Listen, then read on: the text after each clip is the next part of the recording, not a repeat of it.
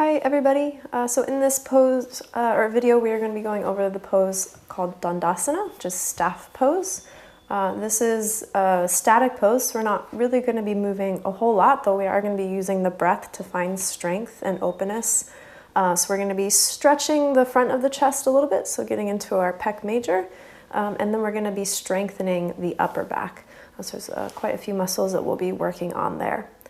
So to come into this pose, we want to sit with our legs out in front of us.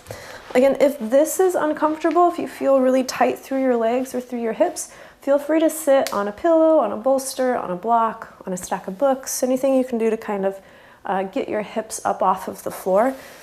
And then we want to straighten out the legs, so really push out through the heels of your feet, draw the backs of your knees towards the ground. If you need to, you can roll up a blanket and put that underneath your knees if you feel pretty tight through the backs of the legs.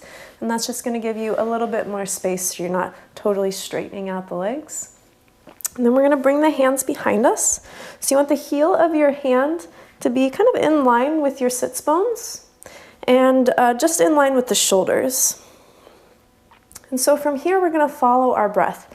So as you inhale, you're going to draw the shoulders back, lift up through the crown of the head, so sit up nice and high.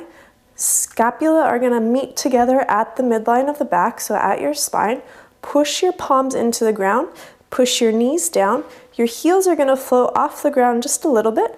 As you really engage the upper back, you're drawing the chest open and you're lengthening through the spine. So this is our inhale. And as you exhale, you're just going to soften.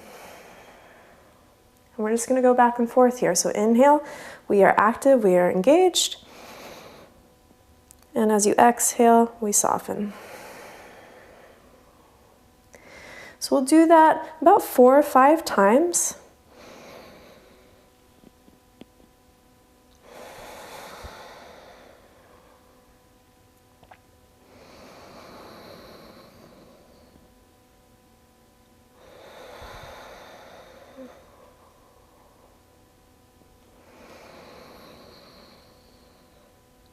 And then we're going to hold that pose for about 3 full cycles of breath.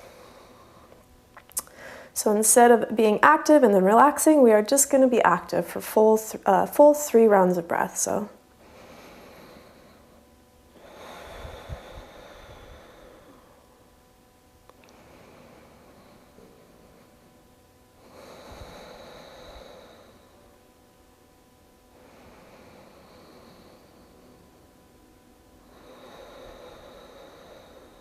And then we can soften.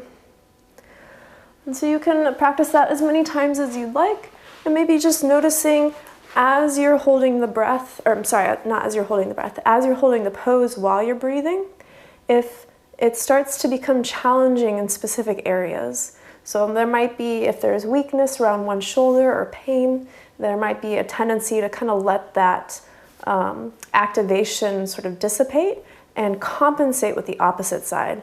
So those are little things that we do to kind of keep our body going when we're asking it to do something, even if certain muscles don't really want to be firing.